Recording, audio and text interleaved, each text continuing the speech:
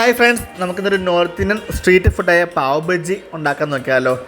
അതിന് വേണ്ടുന്ന വെജിറ്റബിൾസ് ഉരുളക്കിഴങ്ങ്, ക്യാരറ്റ്, ബീട്രൂട്ട്, സവാള, അതുപോലെ കോളിഫ്ലവർ, കാപ്സിക്കം, ബീൻസ് ഒക്കെ നമുക്ക് എടുക്കാം. നന്നായി കഴുകി വൃത്തിയാക്കി ചെറിയ കഷ്ണങ്ങളാക്കി നമുക്ക് അരിഞ്ഞെടുക്കാം. ശേഷം ഇത് പ്രഷർ കുക്കറിനകത്ത് 2, 3, 4 വിസിൽ കാര്യം വേവിച്ച് ഉടയണം. അതിലേക്കപ്പം നമുക്ക് ആവശ്യമുള്ള മഞ്ഞൾപ്പൊടി ചേർത്ത് കൊടുക്കാം. നമുക്ക്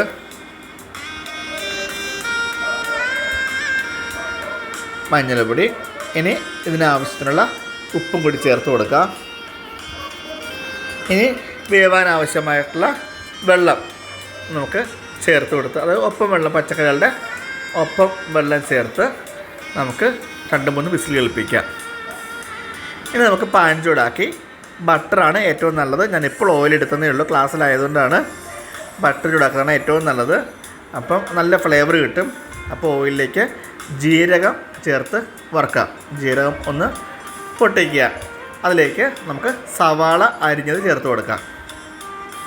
സവാളയുടെ കൂടെ തന്നെ നമുക്ക് ഇഞ്ചി, വെളുത്തുള്ളി ചതച്ചത് കൂടി നമുക്ക് ചേർത്ത് കൊടുക്കാം. അപ്പോൾ സവാളയും ഇഞ്ചിയും വെളുത്തുള്ളിയും കൂടി നന്നായൊന്ന് വഴറ്റിയെടുക്കാം. അതിൻ്റെ ആ ഒരു ഇഞ്ചിയുടെയും നമ്മുടെ വെളുത്തുള്ളിയുടെ ഒക്കെ ഒന്ന് ആ പച്ച ചവയൊന്ന് മാറുമ്പോഴേക്കും നമുക്ക് ഇപ്പോൾ കുക്കർ നമുക്ക് ഓപ്പൺ ചെയ്ത് നോക്കാം. ഏകദേശം കുക്കറിൻ്റെ വിസിലൊക്കെ താഴ്ന്നിട്ടുണ്ട്. ഇത് നമ്മുടെ പാവ് ബജ്ജി മസാലപ്പൊടിയാണ്. പ്രത്യേകം ഇങ്ങനെ തന്നെ വാങ്ങിക്കാൻ കിട്ടുന്നുണ്ട്. വേറെ മുളക് പൊടിയും മല്ലിപ്പൊടിയും ഒന്നും ആവശ്യം വരുന്നില്ല.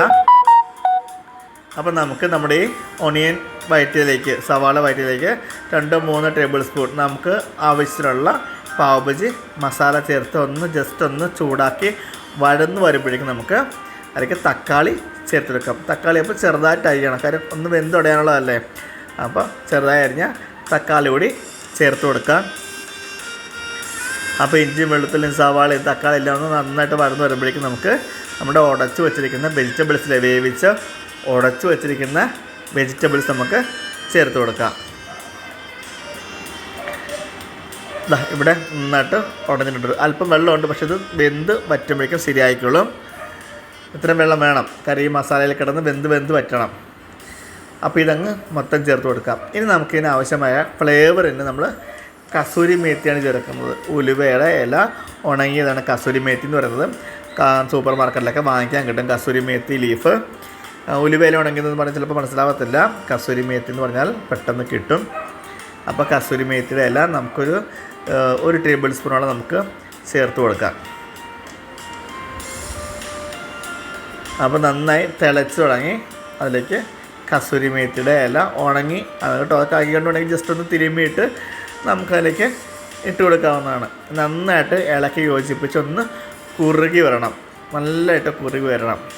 നന്നായിട്ട് ഇളക്കി ആ വെള്ളമൊക്കെ വറ്റി കഷ്ണങ്ങളൊക്കെ വെന്ത് ഉടയുമ്പോൾ ഈ പരുവത്തിലായി. നമുക്കിതിലേക്ക് കുറച്ചുകൂടി കസൂരി മേത്തി ചേർത്ത് കൊടുക്കാം.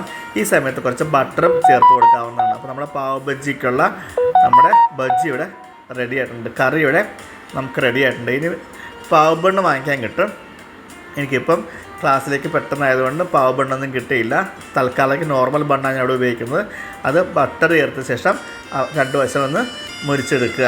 അപ്പോൾ നമ്മളുടെ പാവ് ബണ്ണും ഇവിടെ റെഡി ആയിട്ടുണ്ട്, ബജ്ജി റെഡി ആയിട്ടുണ്ട്.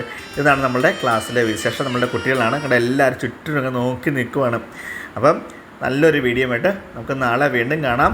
ലൈക്ക് ചെയ്യാനും ഷെയർ ചെയ്യാനും കമൻറ്റ് ചെയ്യാനും ഒന്നും മടി വിചാരിക്കരുത്, ചെയ്യുക. അപ്പം നോർത്ത് ഇന്ത്യൻ ഡിഷസ് ഇപ്പോൾ 2-3 ആയില്ലേ. ഇന്നലെ പാനിപ്പൂരി ആയി, ഇന്ന് പാവ് ബജ്ജി ആയി. മറ്റു വിശേഷങ്ങളുമായിട്ട് നമുക്ക് നാളെ കാണാം. Have A nice day. Bye bye. Thank you.